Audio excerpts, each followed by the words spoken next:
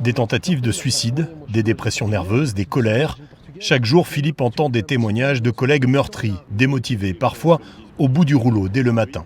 Alors, il décide de parler librement pour eux, avec des mots, je cite, « de flic qui a tout vu, ou presque, dans le métier ». Le problème, c'est qu'aujourd'hui, en tant que policier, on est confronté à 3 choses. La violence, la misère et la mort.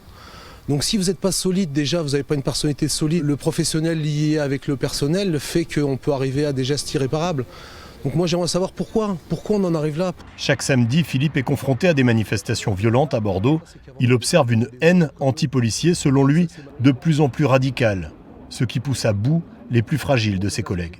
Et le problème, c'est qu'aujourd'hui, les collègues qui vont mal, on ne cherche pas à savoir pourquoi ils vont mal et on ne cherche pas à leur donner la main. Aujourd'hui, tout le monde marche de l'avant et c'est marche ou crève un peu.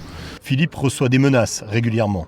Il affirme aller au travail avec une boule au ventre et il s'inquiète beaucoup pour ses proches. J'ai peur surtout pour ma compagne, pour mon fils, j'ai un fils de 5 ans, pour mes parents aussi. On est quand même le dernier rempart de la démocratie. Je veux dire, si demain il n'y a plus de police, on sait ce que ça donne. Il faut vraiment être fou pour être policier aujourd'hui, quoi.